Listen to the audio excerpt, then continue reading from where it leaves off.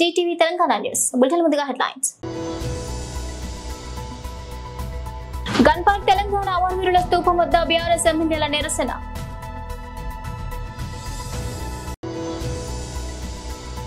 LB స్టేడియంలో జరుగుతున్న ప్రభుత్వ స్థానిక సంస్థల ఉపాధ్యాయుల సమావేశంలో సీఎం రేవంత్ రెడ్డి.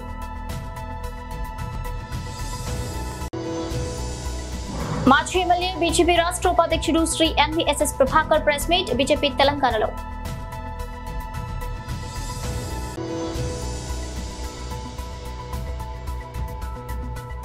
మాజీ MP Margani Bharat press meet. ఇక డీటెయిల్స్ చూస్తే, రాహుల్ గాంధీ గారు మీ హైదరాబాద్ లోని అశోక్ నగర్ కు మరోసారి వచ్చి యువతను కలిసి మీరు ఇచ్చిన హామీలను ఎలా నిలబెట్టుకుంటారో వారికి వివరించగలరా అని BRS working president Sircilla MLA KTR సవాల్ విసిరారు. ఈ మేరకు నవంబర్ 27, 2023న రాహుల్ గాంధీ చేసిన ట్వీట్ ను కూడా ఆయన రీట్వీట్ చేశారు. ఏడాదిలో 2 లక్షల ప్రభుత్వ ఉద్యోగాలు ఇస్తామనే మీ హామీలను తెలంగాణ యువత నమ్మి కాంగ్రెస్ పార్టీకి ఓటు వేశారని ఆ ట్వీట్ లో పేర్కొన్నారు. ఇప్పుడు 8 నెలల తర్వాత కూడా ఒక్క ఉద్యోగం ఇవ్వలేదని మండిపడ్డారు. పైగా నిన్న ఉద్యోగాలు లేని క్యాలెండర్ ను విడుదల చేశారని, దీంతో యువత ఆందోళన చెందుతోందని పేర్కొన్నారు. అందుకే మీరు మరోసారి అశోక్ నగర్ కు వచ్చి మీరు ఎన్నికల సమయంలో ఇచ్చిన హామీలను ఎలా నెరవేరుస్తారో చెప్పాలన్నారు. దీనికి రాహుల్ గాంధీ ఎన్నికలకు ముందు చేసిన ట్వీట్ ను జత చేశారు. ఏడాదిలో 2 లక్షల ఉద్యోగాలు ఇస్తామని, యూపీఎస్సీలు, టీపీఎస్సీని ప్రక్షాళన చేస్తామని, ఇక యువ వికాసం కింద 5 లక్షల సహకారం కూడా అందిస్తామని రాహుల్ గాంధీ నాడు చేసిన ట్వీట్ ను కేటీఆర్ రీట్వీట్ చేశారు. అక్కడ ఉండే వేలాది మంది యువకులకు విశ్వాసాన్ని ఇస్తూ అక్కడ కోచింగ్ పరీక్షల్లో తమ తల్లిదండ్రులను విడిచిపెట్టి జిల్లాల్లోంచి, ఊర్ల నుంచి వచ్చే పిల్లల్లో ఒక విశ్వాసాన్ని నింపడానికని వచ్చి మొదటి సంవత్సరంలోనే 2 లక్షల ఉద్యోగాలు ఇస్తామని చెప్పి నమ్మబలికి సరిగ్గా 9 నెలల కిందట ఒక డ్రామా చేసి ఆనాడు తెలంగాణలోని నిరుద్యోగ యువతను రెచ్చగొట్టి కేసీఆర్ ప్రభుత్వం 10 ఏళ్లలో ఉద్యోగాలు ఇయ్యలేదు అని దిక్కుమాలిన అబద్దాలు ప్రచారం చేసి ఆనాడు తెలంగాణలో యువత ఓట్లు వేయించుకొని గెలిచినారు. పత్రికల్లో ఫుల్ పేజీలు జాబ్ క్యాలెండర్లని అడ్వర్టైజ్మెంట్లు ఇచ్చినారు. అక్రమ సంపాదనతో ఫలానా రోజు ఫలానా పరీక్ష అని ఊదరగొట్టే ప్రకటనలు ఆ రోజు ప్రతి పత్రికలో పుంకాలుగా గుప్పించినారు. ఒక్కసారి కాదు, 10 సార్లు ఇచ్చినారు. ఇవాళ నేను అడుగుతున్నా, mister Rahul Gandhi, where are the 2 lakh jobs you promised? నువ్వు ప్రామిస్ చేసిన 2 లక్షల ఉద్యోగాలు ఎక్కడ పోయినాయి? రాహుల్ గాంధీ గారు, క్యాలెండర్ లో తారీఖులు మారుతున్నాయి. 8 నెలలు నిండా వస్తా ఉంది. నువ్వు చెప్పినావు మొదటి సంవత్సరంలోనే 2 లక్షల ఉద్యోగాలు అన్నావు. జాబ్ క్యాలెండర్ ప్రకటిస్తుంది నా ప్రభుత్వం అన్నావు. ఏది అని అడిగినాం. ఇప్పటి వరకు అతిగతి లేదు. ఇవాళ దొంగ చాటున స్టేట్మెంట్ అంటూ ఇవాళ ఏదో రాసుకొచ్చి మళ్ళొక్కసారి తెలంగాణ యువతను మభ్య పెట్టడానికి బయట ఎక్కడ నిలదీస్తారో, కాంగ్రెస్ వాళ్ళు కనబడితే ఎక్కడ తంతారో. మరి క్యాలెండర్ లో తారీఖులు మారుతున్నాయి. ఏది నీ జాబ్ క్యాలెండర్, ఏది నీ 2 లక్షల ఉద్యోగాలని చెప్పి తంతారేమో కాంగ్రెస్ నాయకులని చెప్పి ఇలా 4 కాగితాల మీద 4 డేట్లు రాసుకొని ఇగో ఫలానా నెలలో ఫలానా నోటిఫికేషన్ అని చెప్పి అడ్డగోలు జమాబందీ ఏది పెడితే అది రాసుకొని వచ్చినారు. మేము అడిగింది ఒకటే వారిని, నువ్వు కనీసం నువ్వు చెప్పిన 2 లక్షల ఉద్యోగాలు నిజమైతే నీ జాబ్ క్యాలెండర్ లో కనీసం 2 ఉద్యోగాలు కూడా నువ్వు చెప్పలేదు. కేవలం ఏదో గంపగుత్తగా ఫలానా నెల అని చెప్పి మళ్లీ మభ్యపెట్టే విధంగా నువ్వు పెడతా ఉన్నావు. మాకు చర్చకు అవకాశం ఇవ్వమని కోరినాం. ఇంతకు మించిన ప్రాముఖ్యత కలిగిన అంశం ఏముంటదండి అసెంబ్లీకి? 30-40 లక్షల మంది యువతకు వారి భవిష్యత్తుకు పోటీ పరీక్షలకు ప్రిపేర్ అవుతున్న చిన్నారులకు సంబంధించిన అంశం కంటే శాసనసభకు ఇంతకంటే ఏం ప్రాముఖ్యమైన అంశం ఉంటుందని మేము స్పీకర్ గారిని అడిగితే 2 లక్షల ఉద్యోగాలు అన్నారు. కానీ 2 నిమిషాలు కూడా మైక్ ఇయ్యలేదు. 2 నిమిషాలు మైక్ ఇవ్వండి స్పీకర్ గారు. ప్రభుత్వం పారిపోతున్నది, 2 లక్షల ఉద్యోగాలను మోసం చేసింది గతంలో, మళ్లీ జాబ్ క్యాలెండర్ అని చెప్పి డ్రామా చేస్తున్నదని చెప్పి మేమందరం కూడా స్పీకర్ గారిని చేతులు జోడించి అభ్యర్థించినాం. స్పీకర్ గారు కనీసం 2 నిమిషాలు మైక్ ఇవ్వలేదు. ప్రభుత్వం పారిపోయింది. వాళ్ళ తెలంగాణ యువతకు మేము చేసే విజ్ఞప్తి ఒకటే, గత 9 నెలలుగా 8 నెలలుగా ఈ రాష్ట్రంలో ఏం జరుగుతా ఉందో మీరు చూస్తా ఉన్నారు.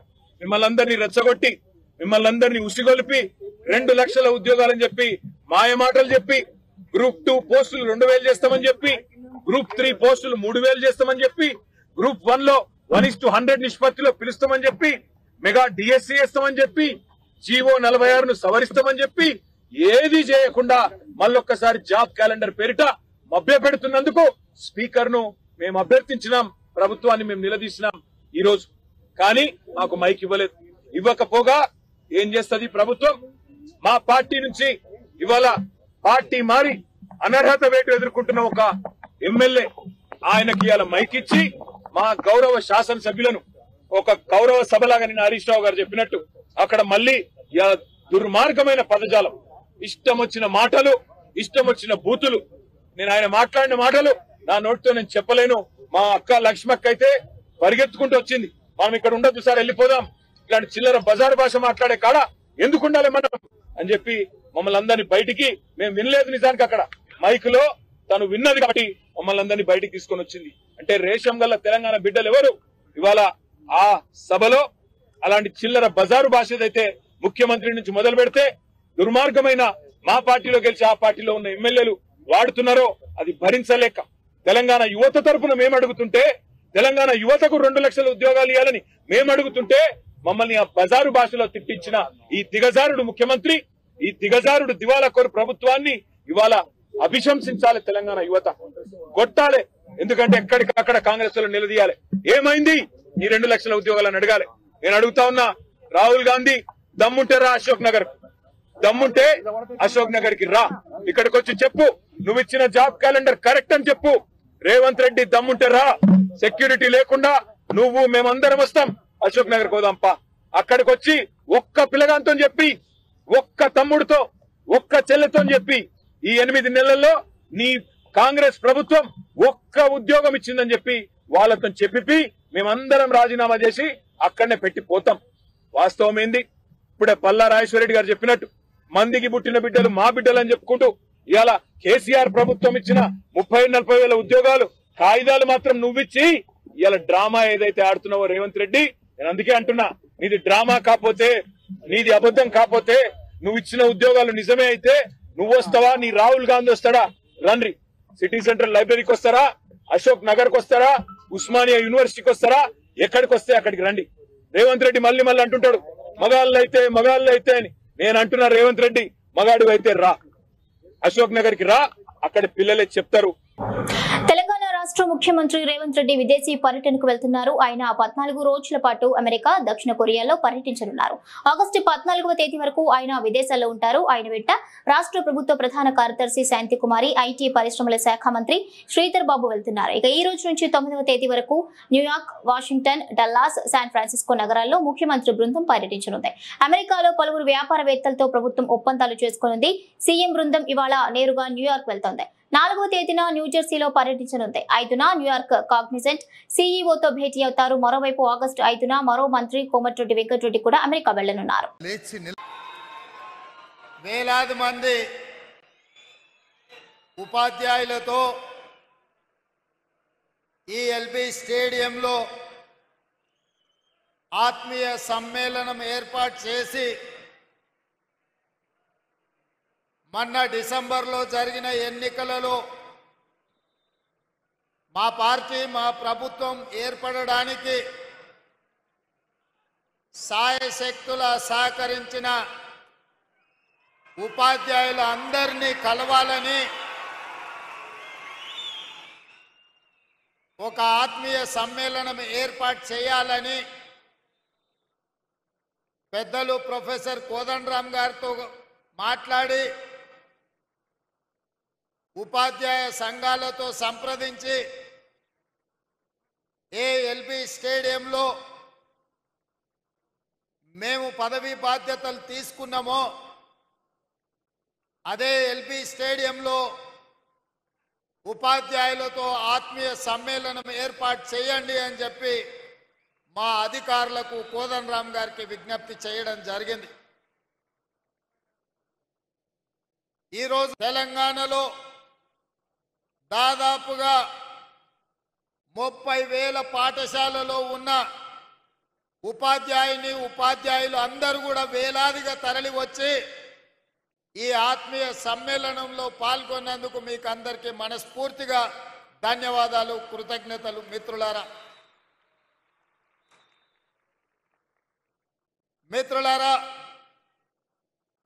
ఎవరైనా తెలంగాణ ఎక్కడుంది, తెలంగాణ భవిష్యత్తు ఎక్కడుంది అని ఈ క్షణం నన్ను అడిగితే తెలంగాణ యొక్క భవిష్యత్తు ఎల్బీ స్టేడియంలో ఉంది. వేలాది మంది ఉపాధ్యాయుల రూపంలో ఈ తెలంగాణ ఉద్యమమే కాదు, తెలంగాణ రాష్ట్ర ఏర్పాటు ప్రక్రియలో తమదైన శైలిలో క్రియాశీలక పాత్ర పోషించడమే కాదు, ఇవాళ 60 లక్షల మంది విద్యార్థులు ఉజ్వల భవిష్యత్తు కోసం తమ తల్లిదండ్రులు కష్టపడి రూపాయి కూడబెట్టి తమ పిల్లలు చదువుకోవాలి, తమ పిల్లలు విద్యలో రాణించాలి, వాళ్ళు డాక్టర్లు, లాయర్లు, విద్యార్థులను మీ చేతిలో పెట్టినరు. అదే తెలంగాణ భవిష్యత్తు. ఆ తెలంగాణ భవిష్యత్తు మీ చేతిలో ఉంది అని చెప్పి నేను చెప్పదలుచుకున్నా. ఇవాళ నేను చెప్పవలసిన అవసరం లేదు. మీరే 10 మందికి పాఠాలు చెప్పి సమాజంలో ఉన్న రుగ్మతల మీద ఏ రకమైన కార్యాచరణతో ముందుకు వెళ్లాలో సంపూర్ణమైన అవగాహన ఉండి దాదాపుగా 26,000 పాఠశాలల్లో, గ్రామాలలో, అదేవిధంగా తండాలలో, గూడాలలో, మారుమూల పల్లెల్లో ఈ తెలంగాణ నిర్మాణం కోసం, ఈ జాతి నిర్మాణం కోసం కృషి చేస్తున్న మీకు ప్రతి విషయం తెలుసు. తెలంగాణ ఉద్యమాన్ని ఉవ్వెత్తున లేవడానికి, ఊరున ప్రాకడానికి, తెలంగాణ రాష్ట్ర సాధనలో ఉపాధ్యాయుల పాత్రను ఎవరు కాదనలేరు. ఆనాడు మేమందరం భావించినాం, తెలంగాణ రాష్ట్రం వస్తే మన విద్యా విధానం మెరుగవుతుంది, మన ఉపాధ్యాయులకు ప్రభుత్వం నుంచి గౌరవం దక్కుతుంది, మన విద్యార్థులకు అవసరమైన మౌలిక వసతులు మెరుగవుతాయి, తప్పకుండా తెలంగాణ విద్యా విధానం బాగుపడుతుంది అని అనుకున్నాం. వేదిక మీద మోహన్ రెడ్డి గారు ఉన్నారు. మీ ఉపాధ్యాయ సంఘాలకు ఒకప్పుడు నాయకత్వం వహించండు.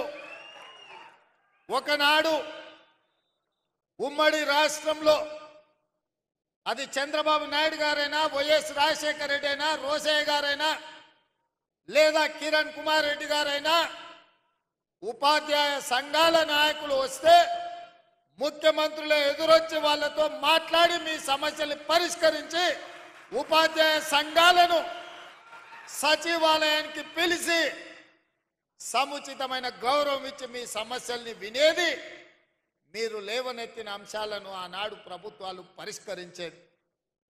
మరి తెలంగాణ రాష్ట్రంలో ఏమి జరిగిందో, ఆనాటి పాలకులు ఏ విధంగా వ్యవహరించిందో, ప్రభుత్వ ఉపాధ్యాయులను ఏ రకంగా అవమానించే విధంగా, అనుమానించే విధంగా, వాళ్ళని ఏ రకంగా వాళ్ళు అవమానించిందో మీరు కళ్ళతో చూసిండ్రు.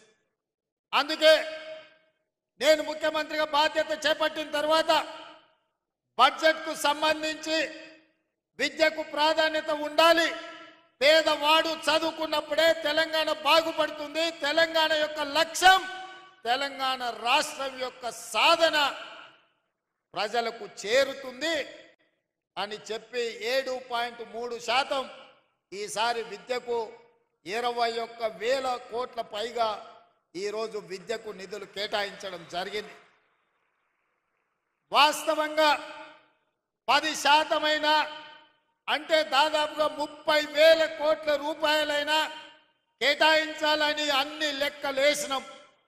కానీ ప్రభుత్వం ఇంతకు ముందే ఇచ్చిన హామీలు, చేయవలసిన పనులు, చేపట్టవలసిన బాధ్యతలతో 10% నిధులు ఇవ్వాలనుకున్న వీలు కాకపోతే 7.3%తోని 21,000 కోట్ల పైగా ఈరోజు విద్యాశాఖకు నిధులు కేటాయించడం జరిగింది.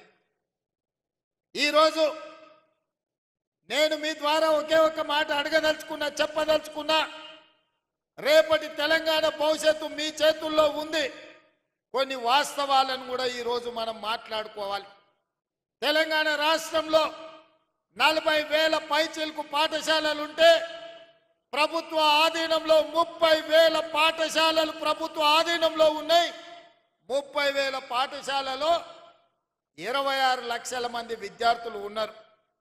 కానీ అదే ప్రైవేట్లో 10,000 పాఠశాలలుంటే 33 లక్షల మంది విద్యార్థులు ఈరోజు ప్రైవేటు పాఠశాలల్లో.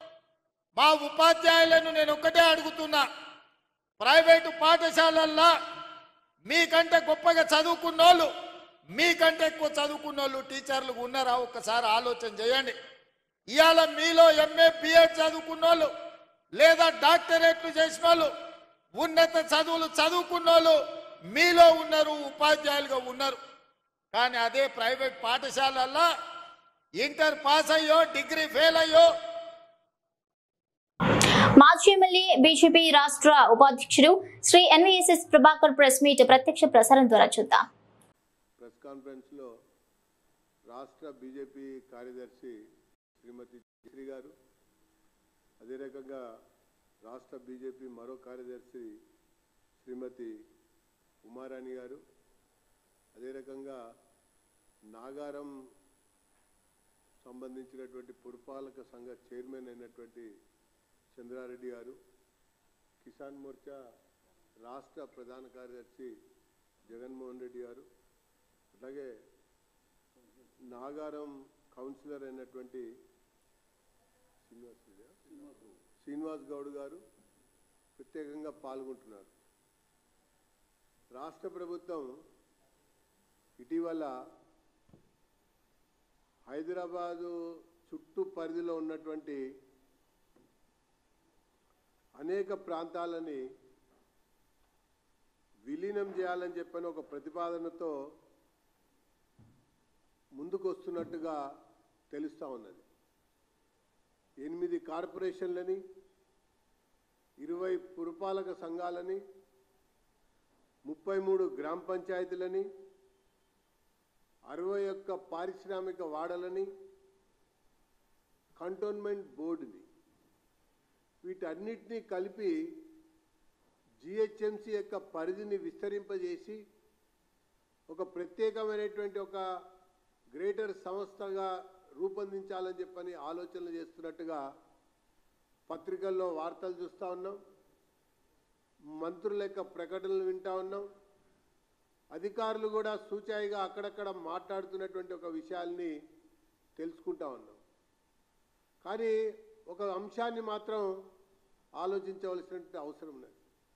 అసలు జిహెచ్ఎంసీగా హైదరాబాదు, సికింద్రాబాద్ యొక్క జిహెచ్ఎంసీ పరిధిలోనే మౌలిక వసతులని కల్పించడంలో అసలు జిహెచ్ఎంసీనే ఘోరంగా వైఫల్యం చెందింది. నిజాం నాటి కాలంలో ఉన్నటువంటి ఒక భూగర్భ డ్రైనేజ్ తప్పించి ఆ తర్వాత భూగర్భ డ్రైనేజీని ఆధునీకరించినటువంటి ఒక సందర్భమే లేనటువంటి ఒక దుస్థితిలో హైదరాబాదు నగరమే కొట్టుమిట్టాడుతుంది. కాబట్టి ప్రతినిత్యం ఈ మధ్య కాలంలో మోకాళ్ళలోతు నీళ్లు, నడుములోతు నీళ్లు హైదరాబాద్ నడిబొడ్లోనే మనం చూస్తూ వచ్చాం. ఇకపోతే ఒక 15 సంవత్సరాల కిందట శివారులో ఉన్నటువంటి మున్సిపాలిటీలను కూడా విలీనం చేశారు. అంటే ఉప్పల్, కప్రా, ఎల్బీ నగర్, కుత్బుల్లాపూర్ ఈ రకంగా చేసేటప్పుడు కూడా ఆ శివారు ప్రాంతాలన్నింటినీ కూడా అభివృద్ధి చేస్తాం, అన్ని రకాలుగా మరి ముందుకు తీసుకెళ్ళటం కొరకే విలీనం చేస్తున్నామని చెప్పని పేర్కొన్నారు. ఆ సందర్భంలో కూడా అనేక పురపాలక సంఘాలు వ్యతిరేకించాయి, ప్రజాప్రతినిధులు వ్యతిరేకించారు, పౌరులు కూడా వ్యతిరేకించారు. అయినా కూడా అధికారం ఉందని, మందబలం ఉందన్నటువంటి ఒక ఆలోచన అభిప్రాయంతోన వాటినన్నింటినీ కూడా విలీనం చేశారు. ఇప్పుడు మళ్ళీ కొత్తగా ఔటర్ రింగ్ రోడ్ పరిధిలో ఉన్నటువంటి ఇప్పుడు నేను చెప్పినటువంటి స్థానిక సంస్థలన్నింటినీ కూడా నిర్వీర్యం చేస్తూ విలీనం చేయాలని చెప్పని సుదర్శన్ రెడ్డి గారు విలీనం చేయాలని చెప్పని ప్రయత్నం చేస్తూ ఉన్నారు. ఇది పూర్తిగా కూడా ప్రజల యొక్క ఆలోచనలకి భిన్నంగా ఆ గ్రామాలలో జరుగుతున్నటువంటి ఒక అనేక రకాల పరిణామాలకి వ్యతిరేకంగా తీసుకోబోయేటువంటి ఒక నిర్ణయంగా భారతీయ జనతా పార్టీ అభిప్రాయపడతా ఉన్నది. మీకు అధికారం ఇచ్చారు, కొత్తగా శాసనసభ ఏర్పడింది, ప్రభుత్వం వచ్చింది కదా అని చెప్పని మీకు ఇష్టం వచ్చినట్టుగా చేస్తామంటే ప్రజలు సహించరు అన్నటువంటి విషయాన్ని నేను తెలియజేస్తా ఉన్నా. ఇప్పుడు నేను చెప్పినట్టుగా ఈ 8 కార్పొరేషన్లు కూడా ఎన్నికైన కార్పొరేషన్లే, ఆ 20 మున్సిపాలిటీలు కూడా ఎన్నికైనటువంటి ప్రజాప్రతినిధులే, ఆ 33 గ్రామ పంచాయతీలు కూడా ప్రజలచే ఎన్నుకోబడ్డటువంటి ఒక స్థానిక సంస్థలే. ఇవన్నీ ఉండి కూడా వాళ్ళ అభిప్రాయాలు తీసుకోకుండా, వాళ్ళతో చర్చించకుండా ఈ ప్రయత్నం యొక్క ఫలితాలు ఏంటి అన్నటువంటి విషయాలు మాట్లాడకుండా మాజీ MP Margani Bharat press meet. ఈ వరదలు వచ్చిన ప్రాంతంలో కొత్తగా ఏర్పడిన ప్రభుత్వం మరి ఫేస్ చేస్తూ ఉన్నారు. నిజంగా సహాయక చర్యలు చేపట్టడంలో తెలుగుదేశం ప్రభుత్వం పూర్తిగా వైఫల్యం చెందింది. ఎందుకు ఈ మాటలు చెప్తున్నామనంటే, గతంలో మా ప్రభుత్వం ఉన్నప్పుడు సహాయక చర్యలు కానీ, రేషన్ అందించడంలో అయితే కానీ, లేకపోతే కాంపన్సేషన్ ఇవ్వడంలో అయితే కానీ, వాళ్ళకి సుమారుగా 4 రోజులు 2 నెలల పాటు వాళ్ళు డైలీ కూలీకి వెళ్ళే వాళ్ళంతా కూడా ఉపాధి కోల్పోయి, ఏదైతే రహదారులతో ఈ వరద రావడం వలన ప్రత్యేకించి ఏజెన్సీ ప్రాంతాలు, మనకి ఈ ప్రాంతాలు చూసినట్టయితే కోనవరం కానీ, దేవీపట్నం ప్రాంతం కానీ, ఇవన్నీ కూడా చూస్తే పోలవరం ప్రాజెక్టు స్టార్ట్ అయిన తర్వాత మొత్తం బ్యాక్ వాటర్స్ అంతా కూడా ఈ ప్రాంతాలకు రావడం వలన పూర్తి స్థాయిగా ఇవన్నీ కూడా ఈ ప్రాంతాలకు రావడానికి మొత్తం అంతా కూడా వరదలో చిక్కుకుపోయిన సందర్భాలు. నాకు ఒక్కటి అర్థం కాని అంశం ఏంటంటే, వీళ్ళు తెలుగుదేశం పార్టీ ఎమ్మెల్యేలు కానీ మంత్రులు కానీ కేవలం ఫోటోలకు వచ్చి వెళ్ళిపోయిన సందర్భాలు. నేను కొన్ని ప్రాంతాల్లో చూపించడం జరిగితే, ఎక్కడైనా వరద బాధితులు మాకు సహాయం అందట్లేదు అని చెప్పేసి కలెక్టర్ని నేరుగా నిలదీసిన సందర్భాలు, సబ్ కలెక్టర్ని నేరుగా నిలదీసిన సందర్భాలు కూడా ఇక్కడ చూపించడం కూడా జరుగుతుంది. ఎందుచేతనంటే, ఇప్పుడు దాకా నాకు తెలిసి గత ప్రభుత్వాల్లో ఈ రకమైన సందర్భాలు ఇప్పుడు దాకా జరగల. శిశు మందిర్లో గోరింటాకు సంబరాలు జరుగుతున్నాయి. ఆదిలాబాద్ జిల్లా బోధ్ మండలంలోని శ్రీ సరస్వతి శిశు మందిర్ ఇంగ్లీష్ మీడియం స్కూల్లో శుక్రవారం బాలిక విద్యలో భాగంగా ఆషాఢ మాసాన్ని పురస్కరించుకుని బాలికలకు గోరింటాకు కార్యక్రమాన్ని నిర్వహించారు. గోరింటాకు చిట్టి చేతులకు పెట్టుకోవడంతో సందడి నెలకొంది. ఈ కార్యక్రమంలో గోరింటాకును పెట్టుకోవడం వల్ల చర్మ వ్యాధులకు దూరంగా ఉండవచ్చని, అందుకే ఆషాఢ మాసంలో గోరింటాకును ఆడపిల్లలు తప్పనిసరిగా పెట్టుకోవాలని, ప్రకృతి సిద్ధమైన గోరింటాకును వాడాలని పాఠశాల ప్రధానోపాధ్యాయులు కొండ రాజేంద్ర గౌడ్ తెలిపారు. ఈ కార్యక్రమంలో విద్యార్థులు, ఉపాధ్యాయులు పాల్గొన్నారు.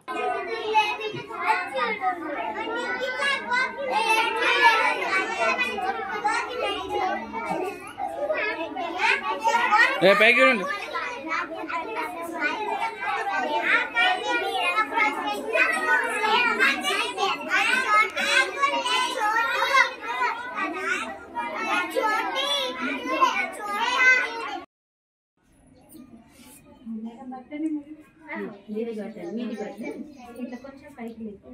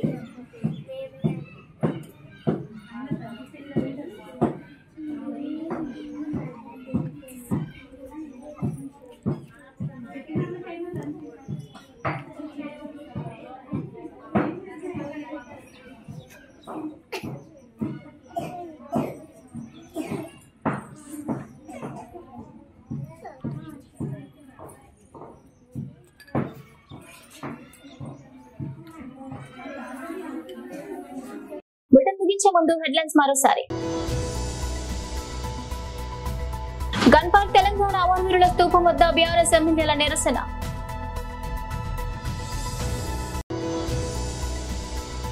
ఎల్బీ స్టేడియంలో జరుగుతున్న ప్రభుత్వ స్థానిక సంస్థల ఉపాధ్యాయుల సమావేశంలో సీఎం రేవంత్ రెడ్డి.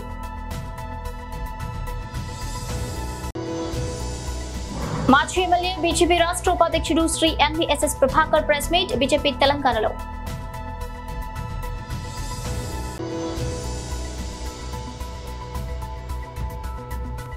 మాజీ MP Margani Bharat press meet.